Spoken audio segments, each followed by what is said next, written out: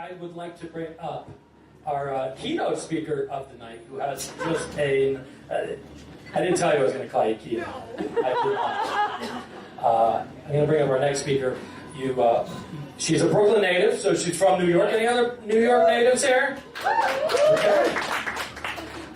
You might have seen her in The Last Tango in Halifax. She's co-starred in Airhead, Smoke, Stepmom. You see her in a gazillion episodes of Law and Order, as well as Sex and the City. And most recently, she's most known for Miss Claudette in Orange is the New Black.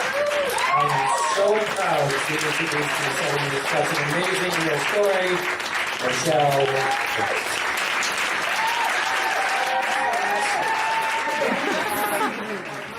My name is Michelle Hurst. I am indeed born and bred in Brooklyn, New York.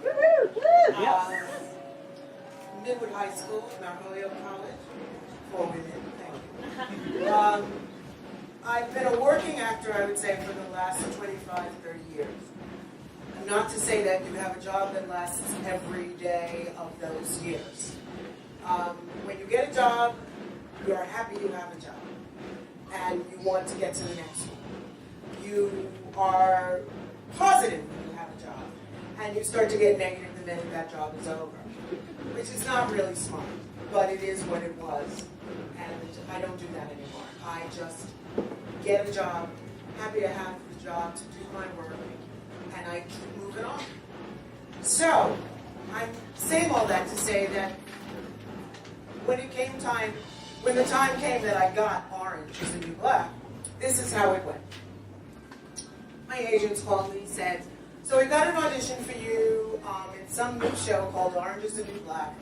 And I said, oh, no, I was at another audition the other day, and somebody said, I saw some friends of mine, and I said, what are you here for? And they said, this thing called Orange is the New Black. I said, what's that? And they're like, I don't know, something about prison, women, or something. I was like, oh, interesting. I was going in for House of Cards at the time. Yeah. So when my agent said, I got this audition for you for Orange is the New Black, I was like, what is that about? And he said, about women in prison. And I was like, oh, okay. Send me the sides, I'll do something. So I get the sides and it says, Caribbean woman in jail talking to some girl. I'm like, okay. I look at it. By the way, my agent had said, it's on Saturday. I was like, are you kidding? Saturday? Nobody has auditions on Saturday. He goes, well, it's 5 o'clock on Saturday downtown. I was like, okay, fine. To me, it was just another audition. Like so many that you go to and that you don't get. And to the degree that you just don't worry about them anymore. You just go to the audition. It's what you do. And then you go home. So I go into this audition. There's nobody around except me, the casting director, and her assistant. They videotaped me once. I think the most I did was put like a scarf on my head or something. And then I was like, okay, fine, that was fun. They said, all right, we're going to do it again, pick it up a little bit. I was like, okay, fine. I do it again. I said, all right, are we happy? And she's like, yes, we're happy. That was a Saturday. Monday, my agent calls me, I'm out and about. I was actually going to another audition. And he said, so, they want you. I said, who wants me? He goes, these people at Orange is the Black. I said, what do you mean they want? They want me for a callback, right? He goes, no, they want you. In the world in which I live as an actor, that doesn't happen. That doesn't happen quickly like that. Not from a Saturday to a Monday. Maybe a Saturday to a Monday 2 weeks down the line, but not immediately. He said, no, they want you. And I was like, no, you're like, film screening test, right? I have to go out to LA or something. He was like, no, they want you to play this character. Yeah, okay, fine. I know it's a mistake, because that's what actors do. We all think. We're so used to no. We are so used to rejection that we never expect a yes. Those are very rare things.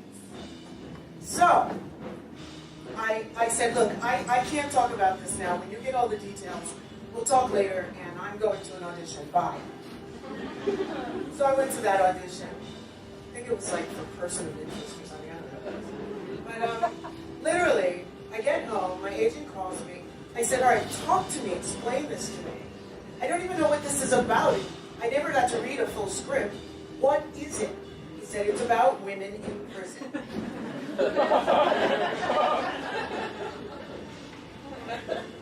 Now, what you need to know is that's one of my worst fears.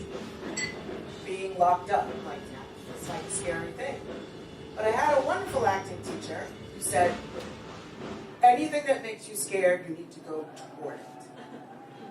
You don't, especially in the world of acting, in the world of having to expose all of that innards of yours and things like that, you go toward it. As scary as it might be, you find what you need to do in order to get through that, and you do it. So, I was like, and so they want me to do this show. Now, what you have to understand is, I don't have a clearly drawn picture of Miss Claudette yet. All I know is that they want me to do this show. I don't know I'm going to be a series regular. I don't know they're going to pay me ridiculous amounts of money. To me, it's more about, totally, somebody wants me for a job on a major new television show. So the details that I'm getting, it's going to be on this thing called Netflix. It's the same station as House of Cards. I'm like, oh, okay. That's good. I'm like, do I know, is there anybody else that I know yet that's in it? And my agent's like, no, they're not letting anything out of the bag. They're not telling us anything.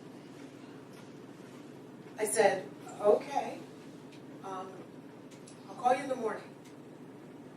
So I'm walking back and forth in my apartment because I really don't know anything. I just know that it's an opportunity. And there's the scary part that says, I don't know about that. I like knowing all the facts before I say yes to something. I don't know anything, really. So I finally say, the next morning I call them, I say, yeah, let's do this. Like, what can happen? I have a job. That's the important part. I'm going to have a job.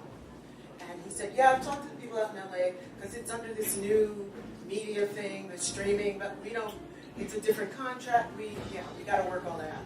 And he goes, but I tried to get you this amount of money, but they're not paying anybody that much, but they're paying this.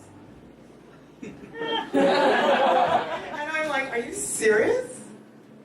I've never been paid that much money in my whole entire career. He goes, yeah, that's per episode. I'm like, what?